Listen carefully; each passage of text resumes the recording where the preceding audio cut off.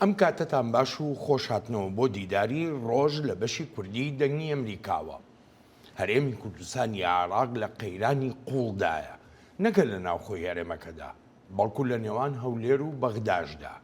ئەزموونی هەرێمی کوردستان تا چەند ساڵێکی لەمەوبەر بە نمونە دەهێنرایەوە وەک ئەزموونێکی نوێژ دەناسرا، بەڵام ئێستا پێدەچێت سەر لەبەری هاوکێشەکان گۆڕابن و تەنانەت ئاڕاستەکانیش وەک جاران نەمابنەوە. هەر بۆیەشە دوو دەنگ هەن، یەکێکیان دەڵێ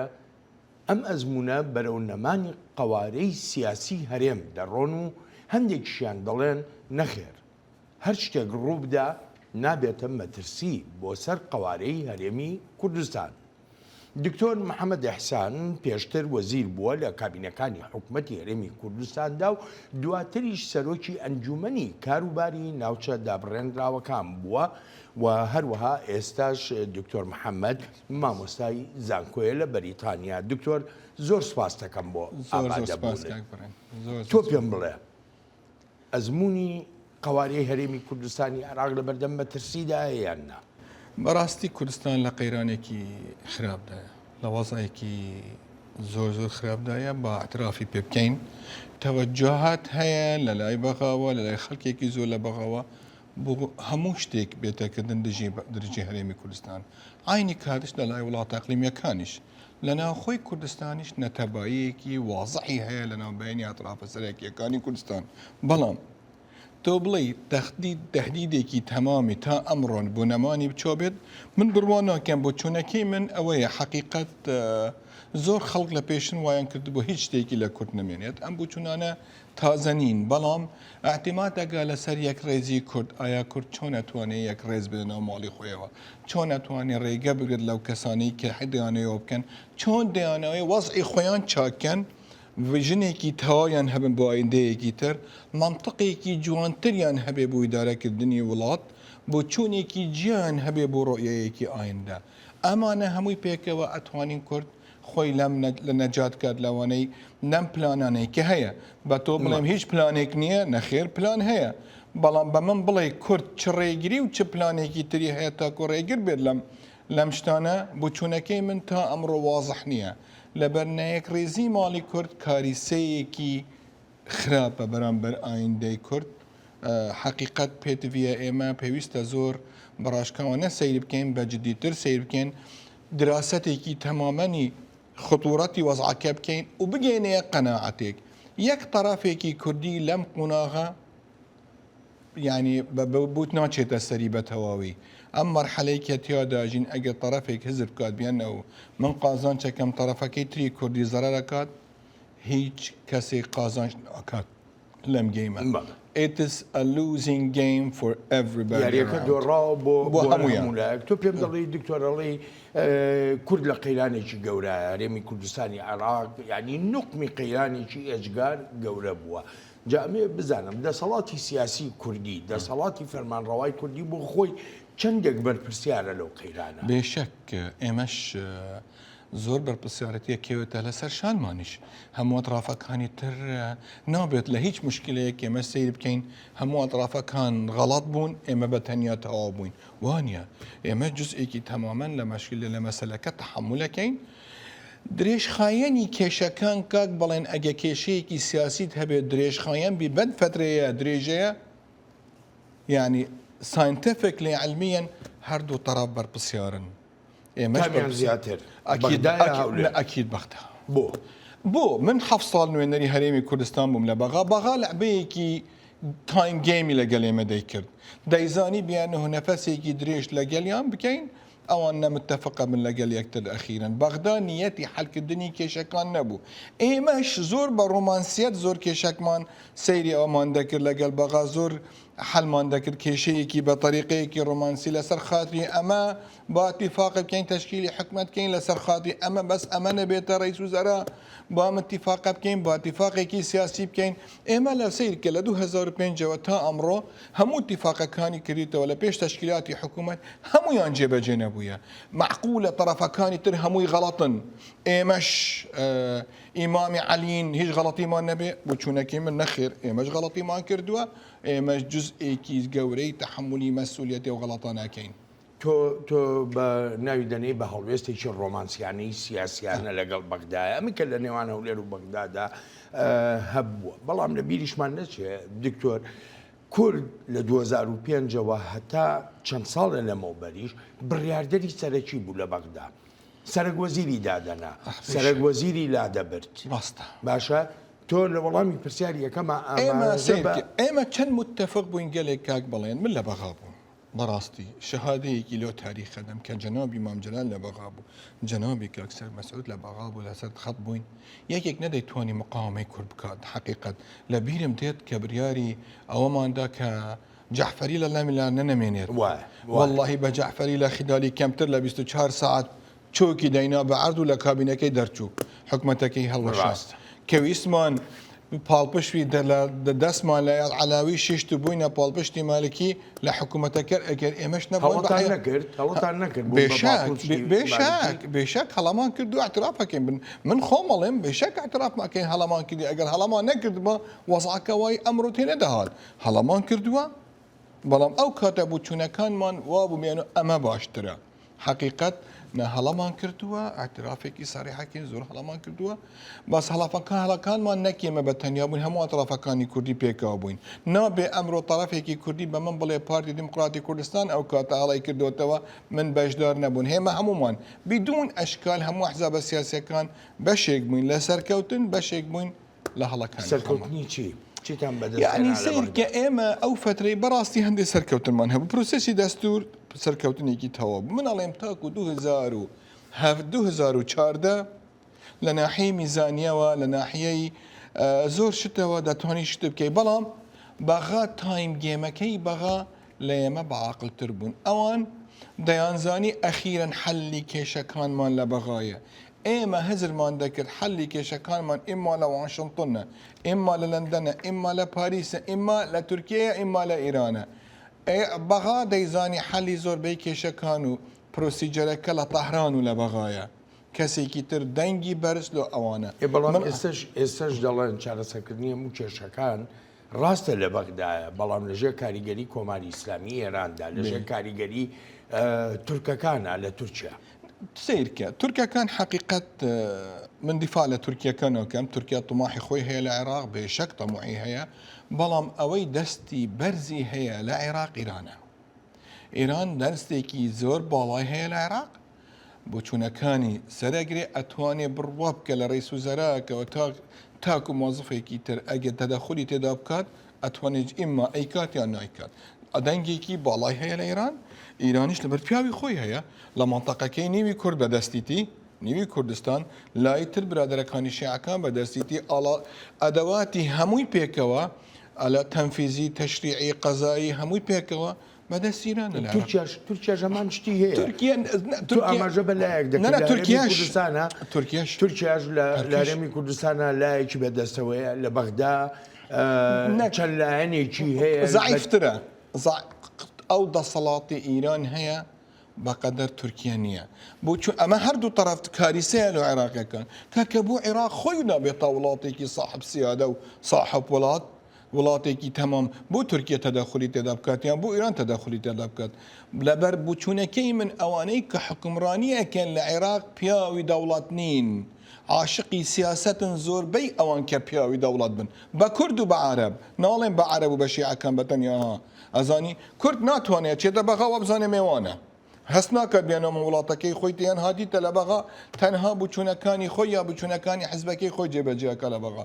بچوونەکەی من وانییە ئەگەر من لە بەغاوم بەخێر من خۆم ئەکەمە صاحبی بەغا زیاتر لە عەرەبێکی شیعیان سنەیەکی پتر بلێ لە بەر وڵاتەکەی خۆمە ئەگەر وانەکەم ناتوان حەفز و ئەمنی سەرقامگیری کوردستان بکەم ئەم بچوونە وای لێ کرد ئیران لەیان زیاتر زاڵتر بێت بۆ لەبەر ئیران تەحمل و تەکتیکاتی لە بچوونی مەلەفی عێراقی زۆر وازەحتر و زەکیانەترە بە ئەتراف بکەین زەکیانەتر لە ئەمری لە تورکەکان تارگێتیان دیارە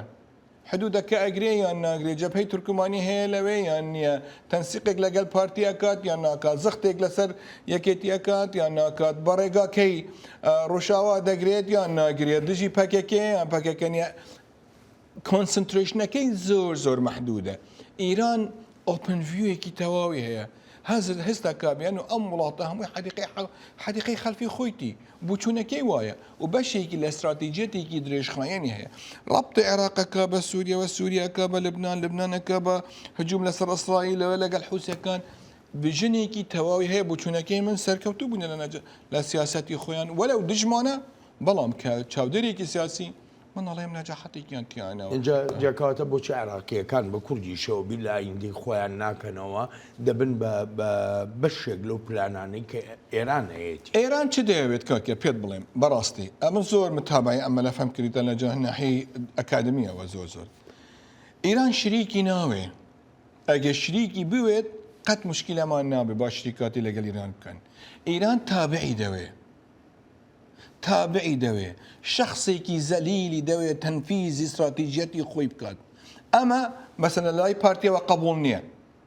پارتی قبولی ناکات بەڕاستی ئەمە عقلیەتی سیستمی حزبڕانی وایە مەسەن جەنابی سەرۆک بارزانی قبولی ئەوە ناکات برادەرەکانی شیعەکانی تر ئەزانن ئەگەر ئەوە نەبێ هیچ دەورێکی تریان نابێ ئەگەر پاڵپشتی ئیرانیان نەبێ دەورێکی تریان نابێ ئەگەر ئیران قبول بکات کە شریکاتی یان کە مەچوریلیشن یان تابع نەبین بڕواناکەم هەمومان تەمەناکێ لەگەڵ ئیران وڵاتێکی دراوسێمانە هزار و چەند کیلومترێک ئەرزی مشتەرەکمان هەیە لەگەڵ عێراق تەمەناکەین سیاسەتێکی هەبێت ئێمەش وەکی خۆی حسابی بکات بێ ئەمەش وڵاتین ئێمەش دەوڵەتێکمان هەیە ناوی عێراقە ئێمەش هەرێکمێکمان هەیە ناوی عێراق کوردستانە بەڵام نابینە تابە تۆ بیت تۆ دیوە تۆ لە وڵاتێکی بدەیت اتهامی کەسێکی بکەی بێنەوە موساتە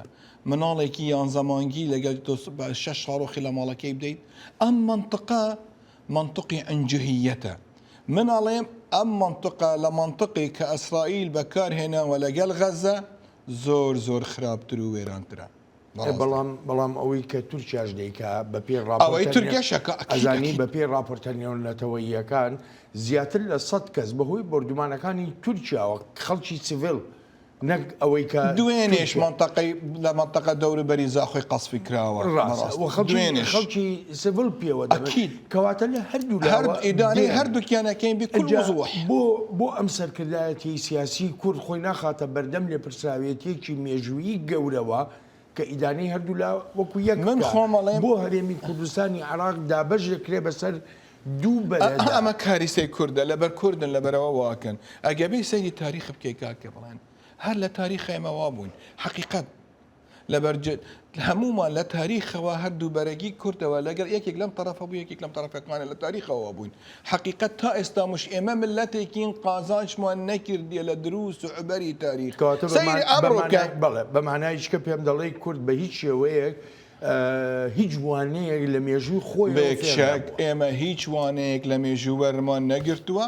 لەبەر ئەوە ئێمە لەناو لە تاگە سەیری تاریخ و مێژووی مڵەتەکەی خۆمان بکەین هەر 10 ساڵ کاریساتێک بەسەرمان دێت و تاریخ زۆر خۆی دووبارەکات عینی سیناریو دووبارە بێت من دوێنێ سەیری مەقالەیەکم دەکرد The last interview with General Barzani ئۆکەی لە پێش کوچی دوای جەنابی مەلە مستەفا بارزانی کە ناوی لقایەکی لەگەڵی کردەوە لە پێش بڕوا بکە ئەگە بێی سەیری بکەی ئەو شتانەی ئەو کاتە زۆر شت ئەمڕۆژ دووبارە بووە ئەگە بێی سەیری قازی محەممەد بکەی ئەو شتانەی کە کراوە لەسەر زمانی ئەمڕۆژ دێت لەسەر عبەیدن نەهریشە لەسەر سعیدی پیرانیش ئەلا شێخ مەحموودی خۆی دووبار تاریخی کورد دووبارە ئەبێت بۆ لەبەر ئێمە دروست و عبەر لە تاریخ وەرناگرین خۆپەرسی کورد زۆرە ئەزمەی قیادەت هەیە حقیقت ئەزمەی قیادەت هەیە هەموو کوردی خۆی دانت بێن و سەرکردەی ملەتی کورد و هەموو کوشتێکە واش نییە سەرکردە خوڵقەکرێت سەرکردە ئەسڵەن هەندێک کەس هەیە سەرکردەی و هەندێکی کەسی تریش هەیە ئەگە نەفتی کوردستان هەمووی لێ سەرفکەی نابێتە سەرکردە ناتوانێت دیمانەیەدا دکتۆر ئەوەندە لاپەڕەکانی مێژوو نەکەینەوە باچینە بۆوەسقی حاڵی بچینە بابەتێکی تر ئاماژۆ بە ساڵی 2014 کرد کە دەڵی لە 2014ەوە ئەمانە دەستی پێکردووە ساڵی 2014 لە هەرێمی کوردستانی عێراق ئەو ساڵە بوو کە بانگەشە بۆ ئابووری سەربەخۆ دەکرا ئەمە چەندێک کاریگەریە بوو سیرکەم تۆ خۆت ئێمە بۆ چوونێکی تەمامان هەبوو تاکو ڕۆژی هەستیفتا بۆ چوونەکەمان تاوا بۆ ڕازی ئەبین بە هەندێک بە بەشێکی زۆر کەم تاکو ڕۆژی استیفتا کارتێکی بە قووەتە لە دوای ئەوە دوور نییە تەشکیلی دەوڵەتی کوردی بێتە کۆستەر بەخۆی کوردستان بکرێتەوە ئەو سیناریۆ سەری نەگرت و ئێمە لە کوردستانیش پلان بیمان نەبوو بەڕاستی ئێمە خەڵکێکی زۆر بە من خۆم کەسێک بووم زۆر لەگەڵ ئستیفتا بووم بەڕاستی ئێستاش مقتەنەعم بە ئستیفتا کە هەمومان وەکی تۆش مقتەنەعی بە ئستیفتا کە حەقی خۆتە هیچ کوردێک حەقی خۆمانە یان نە حەقی خۆمانە بەڵام پلان بیەکەی خۆمان واضح نەبوو لەلای ئێمە ئاگەوڵ پلانبینەکەمان چوون بوو بێ بەرنامەیەکی تەواومان هەبوو نامانتوانی هەموو کوردەکان پێکەوە بن بەشێک لەم پرۆسێسە ئەو هەموو حزابەکانی کوردی نەمانتوانی بکەینە بەشێکی پەوەوەند و زۆر بەعاتفیان نەمان تەحملمان کرد و پلانبیمان نەبوو تا ئەو ڕۆژە بوچوونەکەمان با استیقلالێکی سەربەخۆی ئابووریمان هەبێت پاشان کاوەی نەگرت کەفتینە سیناریۆیەکی تر سیناریۆکانی تر ڕەتفعل بوو کە سیناریۆکانی تری ڕەتفعل بوو حقیقەت و هەندێک ئەرقامیش هەبوو ڕاست نەدەرچوو مەسەلەن هەندێک برادەرەکانی ئێمە لە حکوومەتی هەرێمی کوردستان هەندێک ڕقەمی بەیەمەی دەدا کە حکوومەت و بە ئەحزابە سیاسیەکان و بە کوردەکانش بە سەرۆکی حکوومەتیش بە پێمان دەدا ڕقەمەکان وا دەرچوون نەبوون حقیقەت مەسەن لە باری ناوتەوە لە باری داهاتی ناخۆیەوە وانە بوو ئێمە هاتین چوینەوە سەری نەگرت چوونە مەرحەلەیەکی تر چۆن حەلی مەشاکلەکانی لە پێش ئستیفتا بکەین حەلی ڕەتفعل ئستیفتا بکەین چۆن بتوانین ئایندەیەکی تر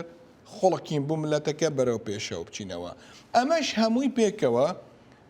بۆ چوونە جیاجیاکانی کورد نەتەوافقی کورد زۆر تەسیری هەبوو لە مەسەلە ئەگەر کورد متتەفق بان پێکەوە هەمووی پێکەوە بە باشی و بە خراپی ناڵێم یعنی بوچوونەکان وازحتر دەبوو لە بەغا و لە بەغا شتێکی تریش پێوە بوو لە دوای 2021 مەجموعەیەک هاتە لە دەستیان باڵا بوو لە دەسەڵات حقیقەت هیچ خبرەیەکیان نییە نەک لەسەر تاریخی کورد نەک لەسەر جغرافیای کورد نەک لەسەر فدرالیەت نەک لەسەر دەستور گەیمەکە هاتە گوڕین خەڵکێک هاتە بەغا لەسەر سلەمی دەسەڵات بتایبەت لەناو پەرلەمان و لەناو حکومەت خەڵکێک هاتە ئەویش ئیران خۆڵقی کردن بە تەواوی حقیقەت وایان لێ هاتن ئەو خەڵکە ناتوانین تەفاهەمیان لەگەڵ بکەیت عقدەی کوردستانیان هەیە کوردوفۆبیەیەکی فەزیعیان هەیە کوردوفۆبیە بەڕاستی خەڵکێکی تریش لەوە بارزانی فۆبیەیەکی فەزیعیان هەبوو لەوێ لیان ئەترسە و نەمانتوانی ئێمەش کەم خەمبووین نەمانتوانی قازانج بکەین لە ڕەفیقەکانی خۆمان کە تێگەن لە بوچوونەکانی خۆمان لەوە بۆ پێم دەڵێ نەتانتوانی سوود لە دۆستەکانی خۆتان لە بەغدا وەربگرن کە کورد خۆی ئامادە نەبێ ئەو دۆسیە سەرەکیانەی کە هەیە بووە بۆ نمونە بەندی 140 دەستوری عێراق بۆیە باسی ئەوەکەم بە تایبەتی خۆشماوەیەکی زۆر کارت لەسەر ئەوە کردووە دکتۆر پێش 2014 سەر و زمان و بنی زمانی دەسەڵاتداری کورد بەندی 140 بوو لە دوای 2014 وردە کاڵ بووە ئەمڕۆ کەس بۆ ئەمە لۆمەی بەغدا بکرێ بۆ لۆمەی سەرکردایەتی سیاسی کورد نەکرێ لەسەر ئەو بەندی 140 لە جیاتیەوەی داوای بەندی 140 و جێبەجێکردنی بکە ئێستا وای لێ هاتووە داوای موچاکە بە قەرز ئەمە کێشەیە ئەمە کاریسەکە ئەمەیە تۆ بیت لە خەونی خۆی خەومی لە موبەڵایزیشنی ملەتەکەی خۆت کە لەسەر خاکە 48 لە خاکەکەی خۆیت شەڕ نەکەیت طرفەکەی تۆ والێت کات کێشەکە بێتە کێشی موچە ئەمە زۆحفی قیاداتی کوردیە بەڕاستی ئەمە فەشەلی قیاداتی کوردیە لە ئەزمەکە ئەمە شتێکی سەریح و وازحە ئێمە سیرکە لە بەغا ئەم لەعبەیان زۆر بە جددیان دەدەمتوانی لەگەڵ کورد بکەن بە تەواوی لەعبەی کات هەموو جارێک کات دژی مەسلحەت و بەرژەوەندی ملەتی کورد بوویە بۆ لەبەر کورد خەلەلەکەیان زۆر بوو تیفاقەکانمان لەناو خۆمان خەونەکانمان زۆر گەورە بوو داهاتەکانمان کەمتر بوو لەوەی کە هەیە و نقطەیەکی تر لە جوابی پرسیارەکەی تۆ بۆ ڕەفیقەکانی خۆمان لەدەستدا غروری سوڵتا و غەباوەتی معارەزە ڕەفیقەکانی کورد زۆری لەدەستدا لەناو عەرەبەکان و لە ناوچەکە حقیقەت غروری سوڵتا غەباوەی معارەزە هەردوو طەرەف سوڵتەیەکی مەغرور نەمانتوانی وایان دەزانی کێشەکەمان هەمووی پارە و موچە و عقودی نەفت و ئەمەیە نەمان دەزانی ڕۆژێک دێت خەڵکێک هەیە محتاجیمان پێ دێت خەڵکێک هەیە عێراقیەکان هەمووی ئەحمەد چەلەبی نین عێراقیەکان هەمویان عەمار حەکیم نین هەندێک عێراقی تری پێوە بوویە ئەسڵەن ABC سیاست نازانێ حاقدە لەسەر کورد بۆ چوونێکی جیایان هەیە نازانن تا ئێستا باسی فدرالیەت ئەکەن لەلایەوە فدرالیەت وەکەئەنەه جەریمەیەکە لە عێراق کە باسی قووەتێکی ئەفکاری لیبراڵ و شتی دیموکراتیەتەکە وەکەئەنەه قەباحەتێکی زۆر گەورەیە لە بەرامبەر هەموو ئەمانی کە جەنابەت باسی دەکەی ئەو هەموو کێشە ئاڵۆزەی کە کوردەیەتی لەگەڵ بەغدادا بەڵام دکتۆر با وەکو جەنابەت دەڵێ ڕازگویانە قسە بکەین دەسەڵاتی سیاسی کوردی تەنانەت نەیتوانیوە دڵی خەڵکی خۆشی لە ناو هەرێمی کوردستانی عێراقدا بپارێزێ ئەم دەسەڵاتە سیاسیە بێمتمانەیەکی ئەجگار گەورەی دروست کردووە تۆ سیرکە ئێستا باز لە هەژماری من دەکرێت بۆ وەرگرتنی موچەکان زۆر خەڵک بە گومانەوە سەیری هەژماری من دەکەن ئاستی بێمتمانەیەەکە گەیشتوتە ئەو ڕادەیە ئیتر نازانم بۆچی گلەی لەلایەنێکی تر بکرێت یا لە کەسێکی بڵێن من خراپە بەڵام هەر حزبێکی سیاسی قاعدەی خۆی هەیە مشکلەکەی ئێمە بەڕاستی نەمانتوانیوە تا حزبە سیاسەکانی کوردستان تۆ دەیت سەیری قاعدەی خۆت دەکەیت من کاکێ قاعدەی منی حزبی ئەوەیە بۆ گەشەپێدانی وڵاتەکەم بۆ ئاوادانکردنی کوردستانەکەم نەک ئاوادانکردنی حزبەکەی خۆم یان خۆم لەناو حزبەکەم بەڕاستی ئەمە بوویتە ئەسەبەبێکی تر لەبەر کێشەکان درێژخایەن بوون تۆ خۆت تەخەیولکە تۆ کابرایەکی ئەمڕۆ موظفی لە حکوومەتی هەرێمی کوردستان یا لە دارەیەک لە کوردستانیان لە بەشی کوردی لە کەرکووک 5 مانگە 6 مانگە 3 مانگە پارەت نییە مناڵەکان داوا شتێک دەکات نەهاتی تەکردن حکوومەتی عێراقی زانیت چۆن نقطە زەعفەکەی عێراقیەکان هەمومان لە ئەخیرە من بم تۆ بێ عقدەی ئەگەر پارەم نەبێت چ بکەم ئەگەر نەوت دەفرۆشرا بەڵام هەرێمی کوردستانی عێراق ئێستا نزیکەی 30 ملیارد دلار قەردارە ئەمە کەس وەڵامی هەیە ئەمە سوء ئیدارەی مەلافی نەفتیە سوء ئیدارەی مەلافی نەفتیە معناوی مەلافی نەفتی لە دەستێکی تەواوی ئیدارەیەکی بەشی بە عەقڵانە نەهاتیەکردن بەڕاستی تۆ ناتوانانی گەمبڵینگ بە نەفت بکەین گەمبڵین بە ئایندەی ملەتەکەی خۆ بکەیت ناتوانرێت قومار بکرێت بەنەوتەوە ناتوانرێت بەردەوام درێژە بدرێت بە گەندەڵی لە ناتوانانی گەندەڵیش بەشێک بوو لەم شتە بەڕاستی من ناتوانم این کار بکەم ینی بە گەندەڵیش لە هەموو دوو معادلەی هەبوو لە گەندەڵی لە کوردستان خەڵکێک هەبوو گەندەڵ بوو و گەندەڵەکان دیارن و خەڵکێک هەبوو کە ئەنتیقادی گەندەڵی دەکرد نەک دژی گەندەڵی بوو لەبەر حەسەی لە گەندەڵی نەبوو یان حەسەی لە گەندەڵی کەمتر بوو لە لای من طرفی دووەم زۆر گەندەڵترە لە طرفەکەی یەکەم ئەوەی ئەنتیقادی گەندەڵی دەیکرد ئەم ڕەوشە چارەسەر دەبێت چارەسەر بە بەشی یەکەمیان نێوان هەولێر و بەغداد تا ئێستا من ئەڵێ مەجای هەیە بەڵام مەجای هەیە بۆ چارەسەرکردنی کێشەکان لەبەر عێراقیەکان ئێمە لە معادلەی سەجین داژین لەگەڵیان ئێمە بۆ ئێران بین ئەوانی شوێرە نەبن حقیقت معادلە سیاسی بەس بەغداوای نابینێت بەغداوا نابینێت بەڵام پێویستە ئێمە ئەمەیان تێبگەین یان ئەتوانی لیان تێک دەی لەبەر نەسەقامگیری وەزعەکە لەبەر نقطەیەک هەیە بە تایبەت بۆ قووەتی عزما ئەمڕۆ بۆ هەموو دنیا ئەمن و سەقامگیری زۆر احتیمامەکی پترە بە دیموکراتیەت بۆ نقطەکەین ئەم نقطە ڕاستە سەتر تا ئەمڕۆژ من ئەڵێم پێویستە خەڵی یەکەم لە ئەحزابە سیاسیەکان بکەبنە محاوەراتی مفاوەزاتی جدی ئەوانەی خەڵی یەکەم لە ئەحزابە سیاسیەکانی کوردستان و عێراق پێکەوە ئێمە بەرەو کوێ ڕۆین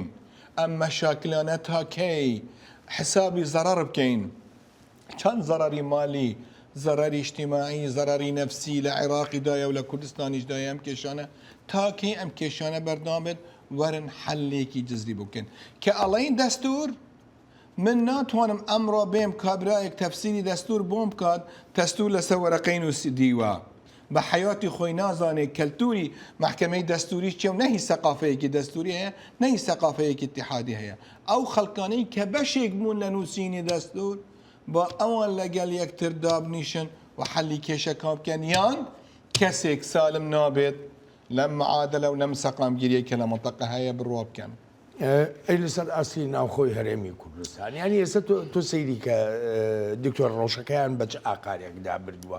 وتەبێژی حکوومەتی هەرێمی کوردستان پێشەوە هەورامی وتەبێشی جێگیری سەرۆکی حکوومەتی هەرێمی کوردستان سەمیر هەورامی بەیەکەوە دوو جۆر لێدوانەدان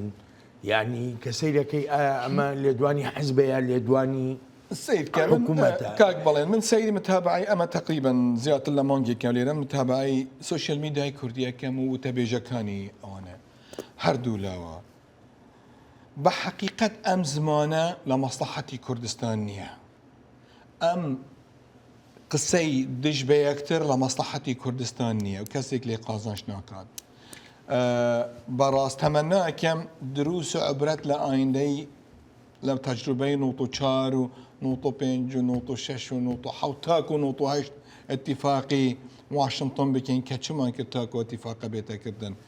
ام زمانة تندية ام شتي كبكار ديد لو تبيجي اما يان صحفيك لي ما يان مرتزقيكي بارتي ليرا يا مرتزقيكي يكيتي ليرا اما خدمتي كردستان ناكاد كسيكيش بيخوش نية هر كسيكيش كرد باريز بيد يان انتمائك اتوم منافق نبيت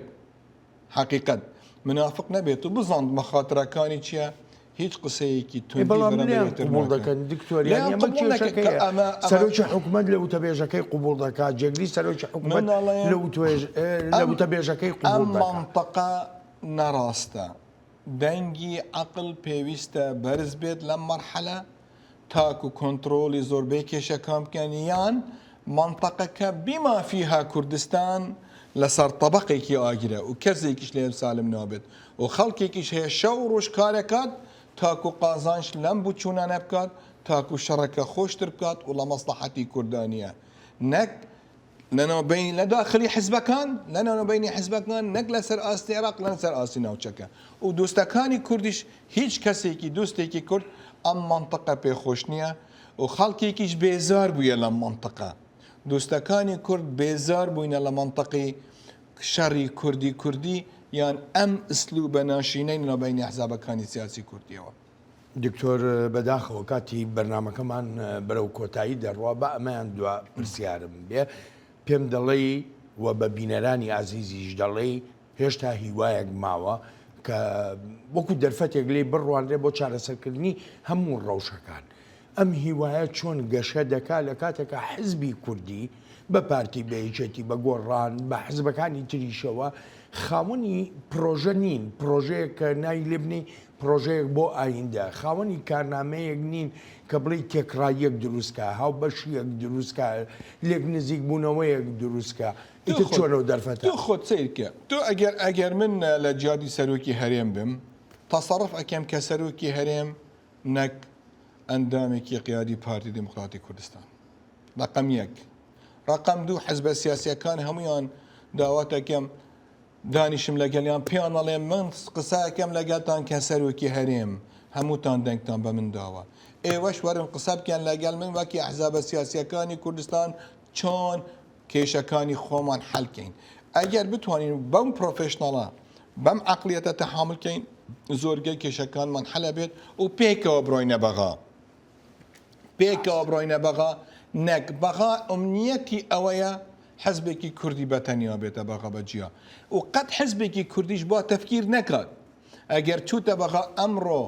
بەغا پێ ئەکنێ و پێ خۆشە تۆ بڕۆیت ئەخیرەن طعن لە تۆش نەدات با شتێکی تریش با قەت حزبێکی کوردی یان عێراقی لە دەوری مەحکەمەی ئیتیحادی کە ئەمڕۆ هەیە وا هزر نکات بۆ ئەچێتە سەرێ لە ئەخیرن ئەم دەورەی کە مەحکەمەی ئیتیحادی دیتە هەموو ئەحزابەکانی کوردستان لەگەڵ هەندێک ئەحزابەکانیش شیعە هەندێک لێیان لەگەڵ سونەکان زەرەرمەندە بن لەو دەورەی کە هەیە کە ئەم ئەنجوهیەتی کە بەس لە دادگای فێدراڵی عێراق دەکەی ئەو بڕیارانە ئێستا بۆ بە مای ئاڵۆزکردنی زیاتری کێشەکان بەڵام دادگای پاریسیش بڕیارێکی هاوشێوەیە بووە دادگای بەریتانیا لەسەر دۆسەی نەوت بڕیارێکیە بۆ نامێ ئەوانەی بریتانیا و ئەوانەی پاریس حەقیقی خۆیان هەبوو من متابە من خۆم قانونیم متابعی ئەو مەلەفانەم کردە کوردستان تاوانبار بوو بەڵام مەحکەمەی ئیتیحادی مقارنة نوعي تأكد إن لقى المحكمة باريس لبر المحكمة غير براوردش رواي خوي هيك كبريانا كان هاو شيوان بلام بقى ما عنده برسيار بيا لقلهم هم مكشانة دا روجي دي ماني شش هالبجاردن دكري أنا أكري بيشك دكري